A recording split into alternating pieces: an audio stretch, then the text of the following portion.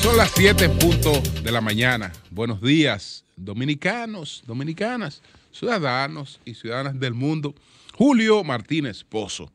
Los comentarios de los temas más importantes en el programa de mayor influencia de la radio y la televisión nacionales. En este martes, 15 de junio, año 2021. Buenos días a todo el equipo del Sol de la Mañana, la audiencia de Sol, la teleaudiencia de Telefuturo, Canal 23 y las personas que siguen nuestros contenidos a través de las redes sociales. Entonces, hoy hablamos de el desafío inflacionario, hablamos pues de la estrategia para un pacto por el agua que fue presentada en el día de ayer por el gobierno. También el escándalo que representa todo lo que hay en esta acusación contra el señor Mickey López. El señor Mickey López que pues también intentó pues buscar notoriedad en la actividad política, buscar influencia en la actividad política, desde luego que con la finalidad de buscar impunidad. Buscar impunidad. Entonces, ayer se presentó la acusación tanto de la Procuraduría Especializada de lavado de activos como de la Procuradora Fiscal de La Vega, que pues ha dado seguimiento a este expediente. Y está pues lo que hemos denominado como el grito de la Procuradora Miriam Germán, el tema de recursos y otras cosas. Bueno, señores, entonces, con relación al desafío inflacionario, esa es una de las tareas más difíciles que tenemos por delante. El gobierno tiene que emplearse en darle el frente a una situación en la que las herramientas que tiene para atenderla son limitadas. Pero no puede dejar sencillamente que el tema inflacionario se agrave porque no tiene las soluciones frente a él. Debe tratar de atenuar el tema inflacionario. Y esto a propósito de la amenaza de que a partir del día de hoy un pan cueste 10 pesos. He visto algunas declaraciones de otros sectores que indican que esto más bien es una forma de posicionar el alza que viene en el pan. El pan cuesta 5, el pan va a costar 10, decimos que va a costar 10 para que el alza que se va a producir, para que el palo que se va a producir de todas maneras en el precio del pan, la gente pues lo sienta menos drástico cuando se anuncie que el pan costará 7 pesos. 7 pesos, que si sube 7 pesos está subiendo un 40% el pan. Entonces, 8 pesos, pero van a aumentar el pan. No son los 10 pesos porque tanto veía un planteamiento de la Confederación Dominicana de la Pequeña y Mediana Empresa, Codopime, que dice que los que hablaron de esta alza de 10 pesos no son voceros autorizados del sector. Hay una declaración de la Unión de la Pequeña y Mediano Industriales de la Harina, UMPI, que también va en ese sentido. Ambas hablan de que el pan, desde luego, va a cambiar de precio, pero 10 pesos es una alza astronómica, un alimento que es básico. esencial, es muy simbólico, tan simbólico como el arroz, como el plátano. Es el pan y más que el plátano, incluso porque es más asequible, entonces no tiene temporada, por lo tanto los precios no varían por temporada, varían esta vez por el tema de la inflación mundial. Entonces, ¿qué herramientas pudiera tener el gobierno para enfrentar esta situación? Yo identifico varias que no resuelven el problema, pero buscan por lo menos que no se torne más grave. La primera herramienta, que es una de las que está bastante precario el gobierno, a pesar de que uno ve todas las informaciones de los costos, de toda la publicidad, de una serie de cosas, pero evidentemente que el gobierno está necesitando una política de comunicación un poco más cercana a la gente y más activa. El único vocero del gobierno hasta ahora es el presidente de la República. Eso no es bueno. Entonces, en este caso, la primera herramienta frente al tema inflacionario refería al pan, pero no es el pan.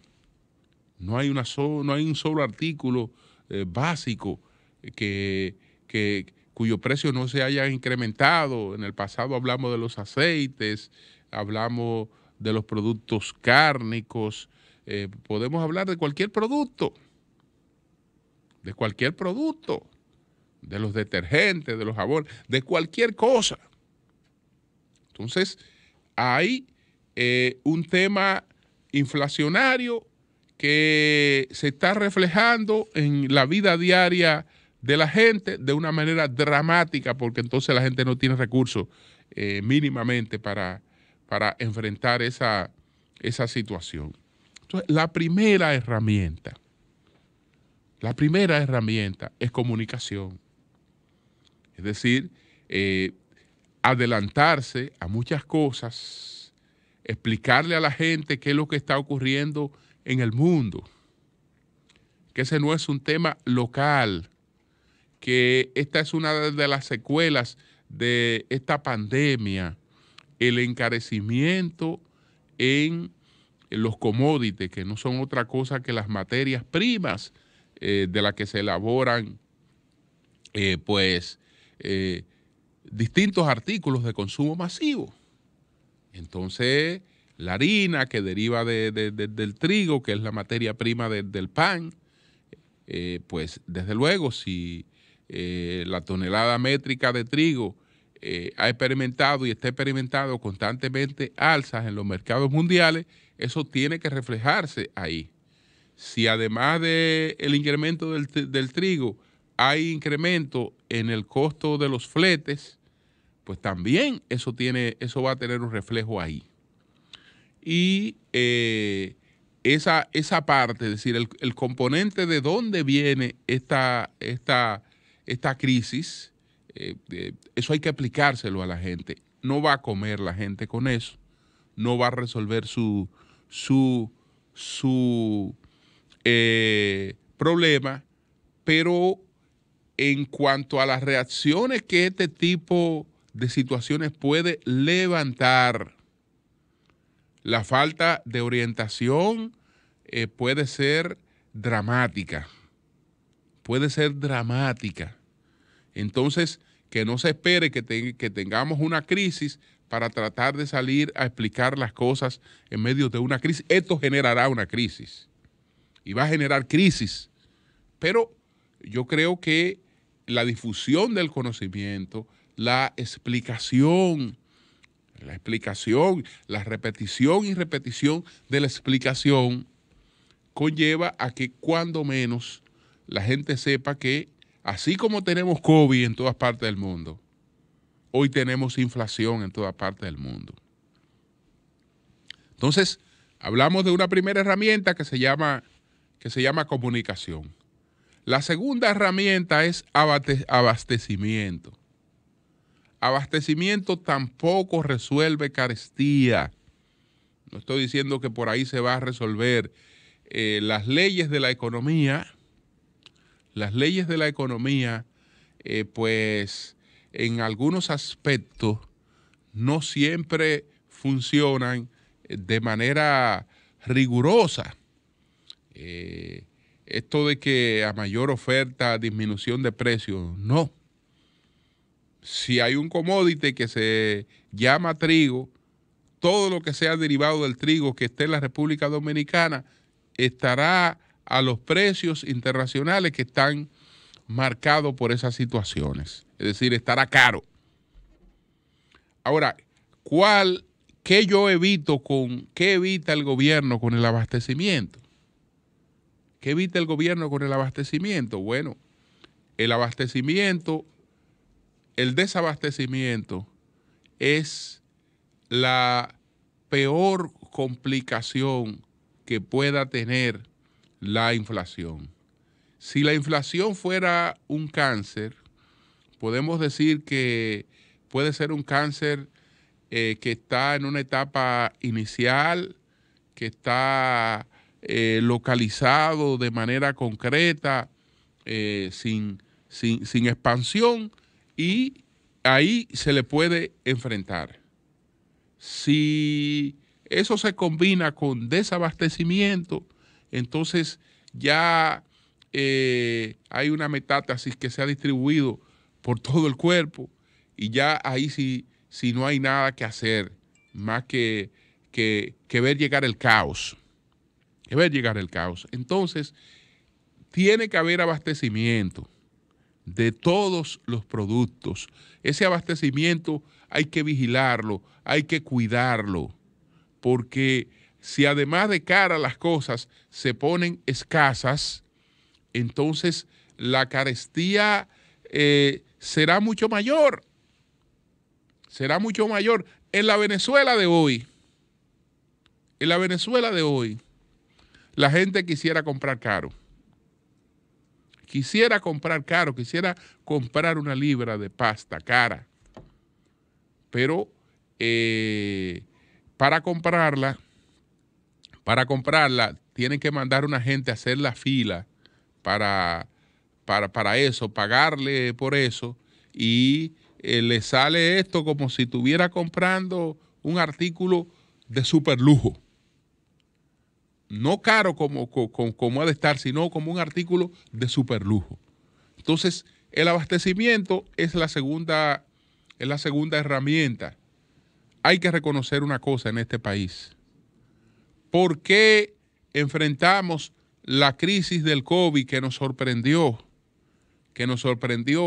Y esa crisis se enfrentó como la ha estado enfrentando este gobierno, haciendo las cosas que están a su alcance. Ahora, ¿por qué no nos fue peor con el COVID? No nos fue peor porque encontramos a una economía con abastecimiento.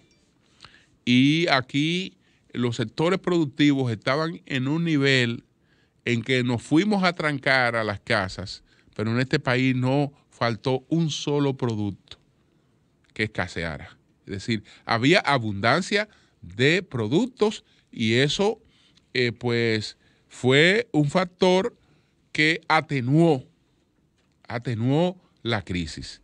No debe haber escasez. No comparto esta amenaza de que, bueno, voy a meter a los productores locales en cintura, si no se meten en cintura, les voy a traer exportaciones. Las exportaciones de todas maneras serán caras. No tenemos mejor forma de enfrentar cualquier cosa que no sea primero articulando una alianza con los sectores productivos, no una amenaza, sino alianza con los sectores productivos nacionales. ¿Por qué?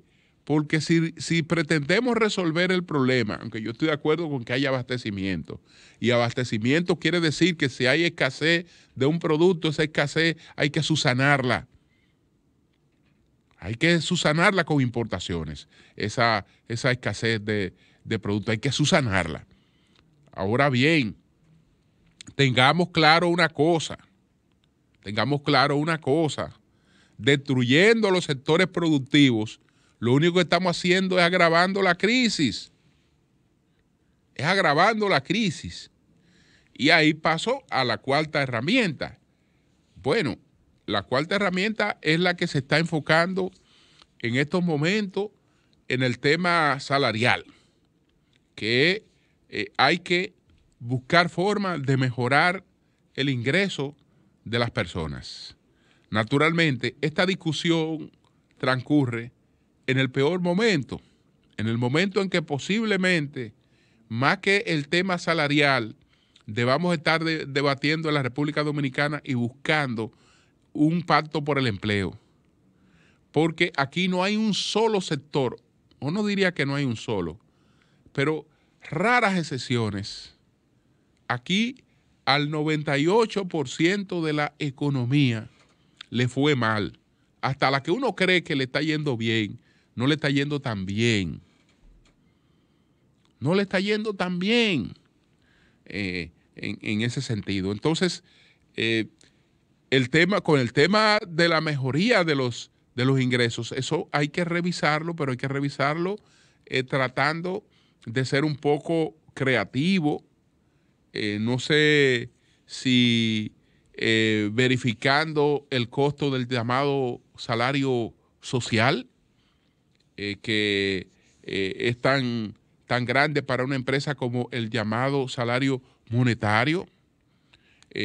Hay que buscar alternativas, pero indiscutiblemente que inflación con la gente teniendo los mismos ingresos, es muy difícil el panorama que tenemos ahí planteado por delante, y ese panorama no hay que ser mago para decir que conduce a crisis, conduce a incremento de las protestas sociales, conduce a un panorama realmente que si no se prevé con tiempo puede ser un panorama realmente traumático.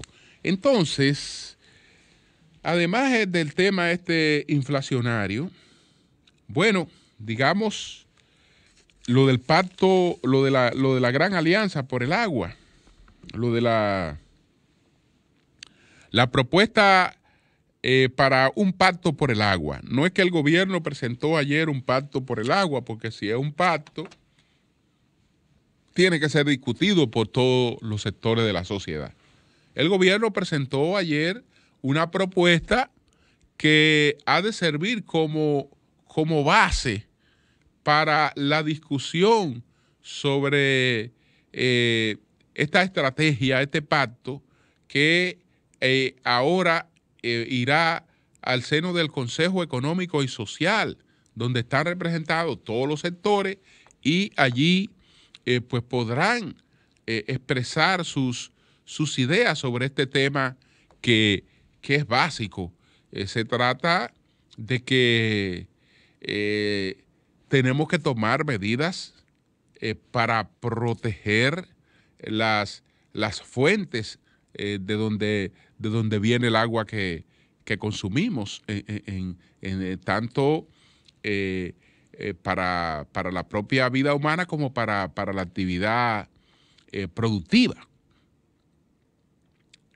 Entonces, hay serias preocupaciones de cómo estamos manejando, todos esos recursos, que si la sociedad no se sienta con madurez a definir una estrategia, y esas estrategias no son nunca de corto plazo, son de largo plazo, y tienen que comprometer, en eso estoy de acuerdo con el presidente.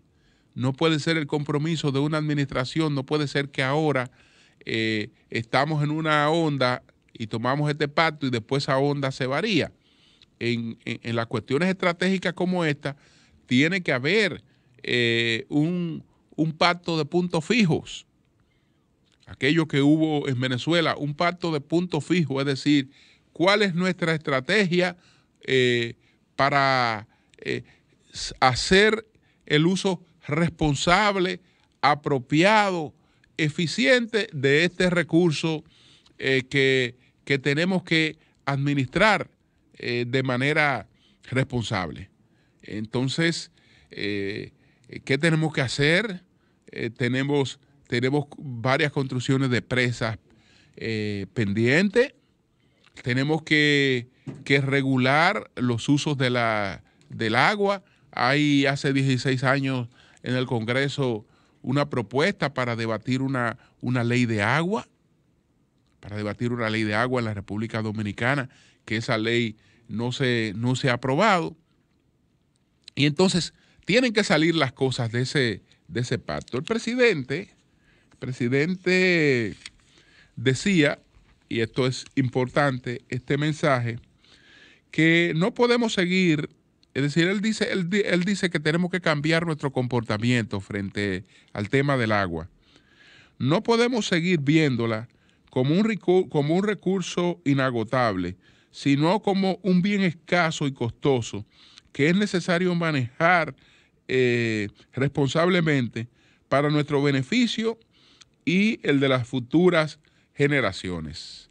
El ministro Seara Hatton dijo cuáles son los pilares en torno a lo que estaría esta discusión, y a mí me parece que sí, que esa es una de nuestras prioridades, y es correcto que el gobierno se haya puesto a la cabeza de esto, que la coloque como lo que es, algo frente a lo cual no podemos estar con indiferencia, ni podemos posponer para después, porque ahora tenemos otros problemas, ¿no? Ese es parte de los problemas que nosotros tenemos que enfrentar, que a propósito, ahí está el tema de lo que continúan haciendo unilateralmente los haitianos en violación a los tratados fronterizos con la República Dominicana. El presidente Abinader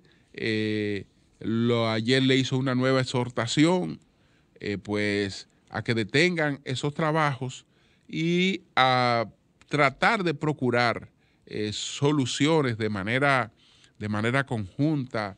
Él está hablando de la posibilidad de una construcción de una presa. Entonces, saludamos esta iniciativa.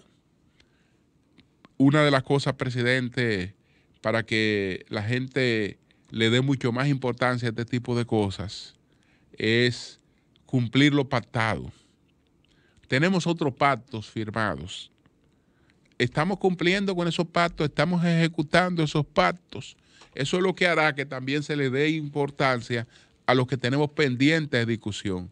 Si se observa que lo que tenemos firmado no se están cumpliendo, entonces carecería de sentido ir a nuevos pactos. Pero yo espero que en este caso el camino sea el camino de ponernos de acuerdo, definir esto a varios años. Él está hablando de una inversión a 15 años que representaría por lo menos 567 millones de dólares por año en 15 años para llegar a una situación óptima con relación a este recurso del agua.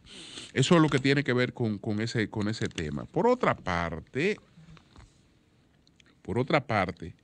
bueno, vamos a ver el caso del señor Mickey López. El señor Mickey López, junto con sus dos hijos, Miguel Arturo Pilarte y José López Pilarte, además de Ada María Pilarte y José Antonio Román, están siendo acusados de manejar una red de empresas que a su vez eran utilizadas para lavado de dinero proveniente de actividades ilícitas.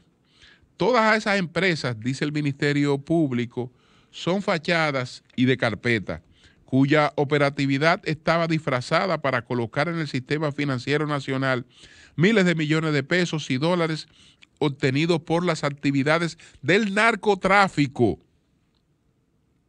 Entonces, por su participación en esta presunta red, permanece prófugo un socio del señor Mickey López. Él es extraditado Pablo Antonio Martínez Javier, condenado en Estados Unidos por narcotráfico en el 2009.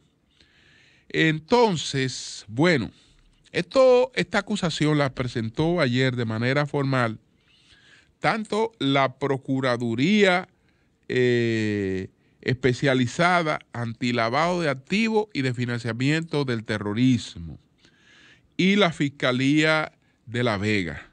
Estamos hablando del titular de la Procuraduría Especializada, Luis González, y de la titular de la Procuraduría Fiscal de La Vega, Ana Luz García, que hemos conversado con ella varias veces.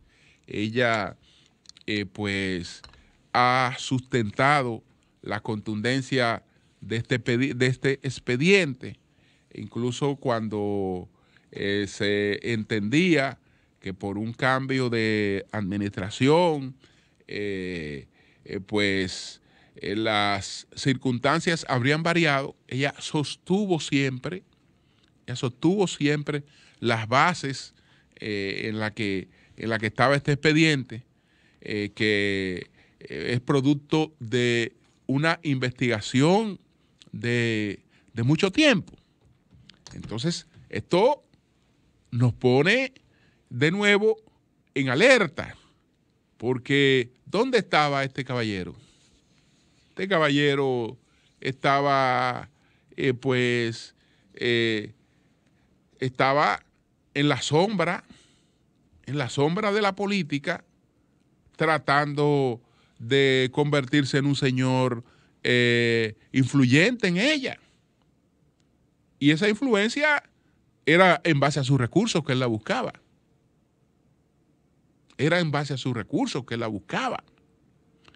Entonces, tenemos este caso que no está desligado del caso del diputado y sus hermanos apresados en Estados Unidos por una red de narcotráfico internacional. ¿Dónde estaban esos señores? Principalmente el diputado. Bueno, en la política, en primera fila.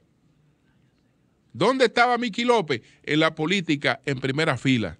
¿Dónde estaba el que se extraditaron de Padre La Casa? En la política, buscando todos primeras filas en la política. Primeras filas en base a sus recursos. No es que el liderazgo, no, es recursos.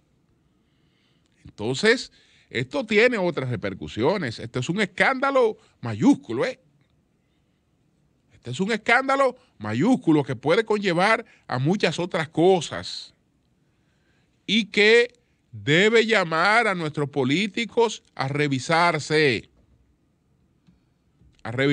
en ese aspecto, porque este es un país muy pequeño. Y no es verdad que este tipo de gente que muestran estas grandes fortunas y esas disposiciones así para la inversión en la política, no se sabe de dónde provienen sus recursos. Averigüemos cuál es la diputada más votada de La Vega, averigüemos cuál es el diputado más votado de Santiago. Droga por todas partes, narcotráfico, crimen, muerte. Todo eso es droga. La droga no es nada más la parte limpia de las grandes residencias de lujo, de la vida aspiracional que mucha gente busca. No. Es toda la sangre que hay detrás de eso, todos los crímenes que hay detrás de eso. O cuando asaltan a un estudiante y la matan para consumir droga. ¿Qué está pasando? ¿Qué está pasando? Entonces, fíjense que estamos ante una situación sumamente seria. Porque esto en principio pudo parecer otra cosa, ¿no? Que era producto de la coyuntura política, esto era un instrumento de eso. No, este es un expediente contundente. Es un expediente contundente que se ha tomado su tiempo, trabajarlo, etcétera. No se trata de un ministerio público que anda en filtraciones, que anda en una serie de cosas, que anda en pantalla. Un trabajo muy serio y de implicaciones también graves, escandalosas. Que a propósito, magistrada Miriam Germán, dos cosas. Primero, la magistrada pues ha definido como Saulos a un grupo de abogados que ha integrado pues el Observatorio del Justo Proceso. Ella dice, aunque no se refiere a todos, ella dice que por lo menos a 3 lo identifica como Saulo. Ella está pues aludiendo el hecho de que Saulo de Tarso, cuando se llamaba así, era un persecutor de los cristianos y entonces camino a Damasco es que se produce aquel episodio de su transformación en el que pues él se cae del caballo, ahí ve una luz que lo lleva a la creencia en Jesús, escucha un mensaje directo de Jesús, etcétera. Esto es, digamos, en la versión cristiana de aquel episodio. Hay otras versiones que hablan de un ataque epiléptico y de una serie de cosas, pero en la versión cristiana que ha dado base a la fe cristiana, estamos hablando de la transformación de Saulo. Entonces, Saulo antes veía las cosas de una manera, ahí pasó a ver las cosas de otra manera. Eso es lo que ella quiere significar. Bueno, doctora, y usted misma lo admite en esas declaraciones, si antes había un ministerio público que grababa espectáculos y montaba espectáculos para apresar a las personas, como ocurrió con el caso Odebrecht, ese espectáculo era censurable. Y yo no sé quién no lo censuró, pero yo lo censuré bastante. Era bastante censurable ese espectáculo.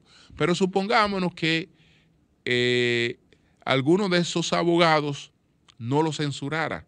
Eso no quiere decir que no fuera una violación por parte del Ministerio Público de derechos de esos imputados. Eso no quiere decir que eso no fuera una conducta inapropiada del Ministerio Público. Luego, si eso era una conducta inapropiada y ahora ocurren las filtraciones que también son una conducta inapropiada, la hayan censurado o no, se supone que estamos tratando de hacer las cosas de manera mejor. Es decir, el hecho de que en el pasado se produjeran acontecimientos que algunos de esos abogados no censuraran, no quiere decir que si ahora se están produciendo esas cuestiones, no nos estén hablando de manera negativa de algo que el Ministerio Público debe superar. Y ese tema de las filtraciones, de las informaciones y de los manejos mediáticos de los casos es realmente perjudicial para los expedientes y usted lo admite. Usted lo admite en dos cosas, porque aunque por ambos lados usted ha hablado con cuidado, pero cuando usted hace la reflexión sobre estas críticas del Observatorio del Justo Proceso y cuando se refiere a la escasez de recursos del Ministerio Público, usted termina haciendo una advertencia que es la advertencia que siempre hemos hecho. Sin expediente no hay combate a la corrupción. Y Expediente no es escándalo, Expediente no es bulla mediática. Expediente no es bulla mediática. Pongamos un ejemplo. El señor Girón, el mayor Girón. El mayor Girón hizo un gran espectáculo de 2 horas. Todo lo que él dijo en ese gran espectáculo es noticia. Todo lo que él dijo es noticia. Y es correcto que los medios lo reprodujeran porque todo lo que él dijo es noticia. O lo comentaran. Todo lo que él dijo era noticia y podía ser digno de comentario porque era noticia. Tenía interés público. Todo lo que él dijo. Ahora, así como todo lo que dijo era noticia, nada de lo que dijo es prueba. Nada de lo que dijo es prueba. Nada de lo que dijo es expediente. Entonces, una cosa es que la gente crea que hay un gran caso, porque en torno a ese gran caso se montó un gran espectáculo y la gente misma escuché, pero yo lo escuché ese hombre, todo lo que dijo ahí. Yo escuché. ¿Y cómo que no hay nada si yo escuché? Sí, todo lo que usted escuchó está bien. Escandalícese por todo lo que escuchó, pero nada de lo que usted escuchó es prueba y es expediente. Entonces, ella lo advierte con cierto cuidado en estas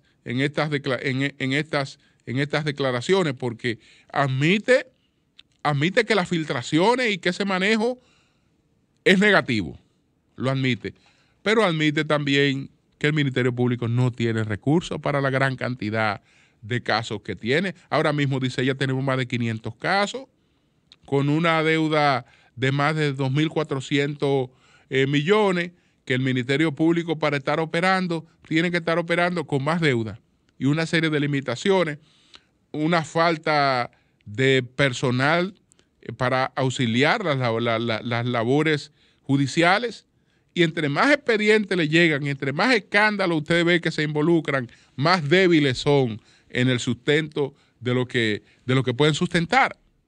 Esa es una realidad. Es una realidad. Eso no tiene el titular, no tiene cosa, pero hay una advertencia en el fondo. Después, no digan que no lo dije, diría ella. Yo advertí que sin recursos, todo esto que estamos haciendo no llega lejos. Y sin el personal que pueda ayudar a fortalecer y a sustentar esos expedientes, eso no llega lejos. No llega lejos porque aquí, como repito, estamos contando y la gente cree que cada vez que escuchan un programa, que hacen esto, que presentan aquello, no, ahí está una acusación terrible. Eso es un sensacionalismo en algunos casos. En algunos casos hay temas que son realmente de interés noticioso, que es bueno que se expongan, etcétera, pero eso no quiere decir prueba ni expedientes realmente bien elaborados. Y como ella advierte, entonces las cosas se terminan finalmente cayendo en la justicia. Cambio y fuera.